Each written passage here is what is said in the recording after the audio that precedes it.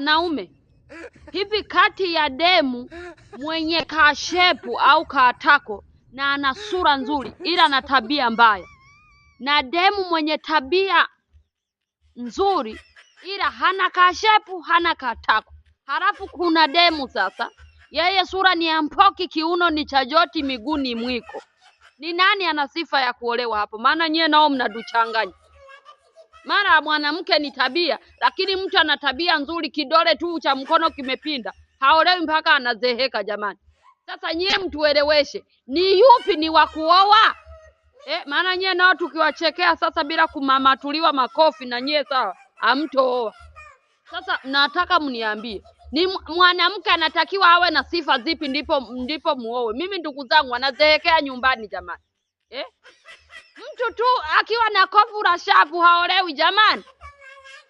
Mtu tako hana, katako hana, sura ni nyuma ya sufuria, pua ni mwiko, ni kosa jamani. Sasa tusaidieni,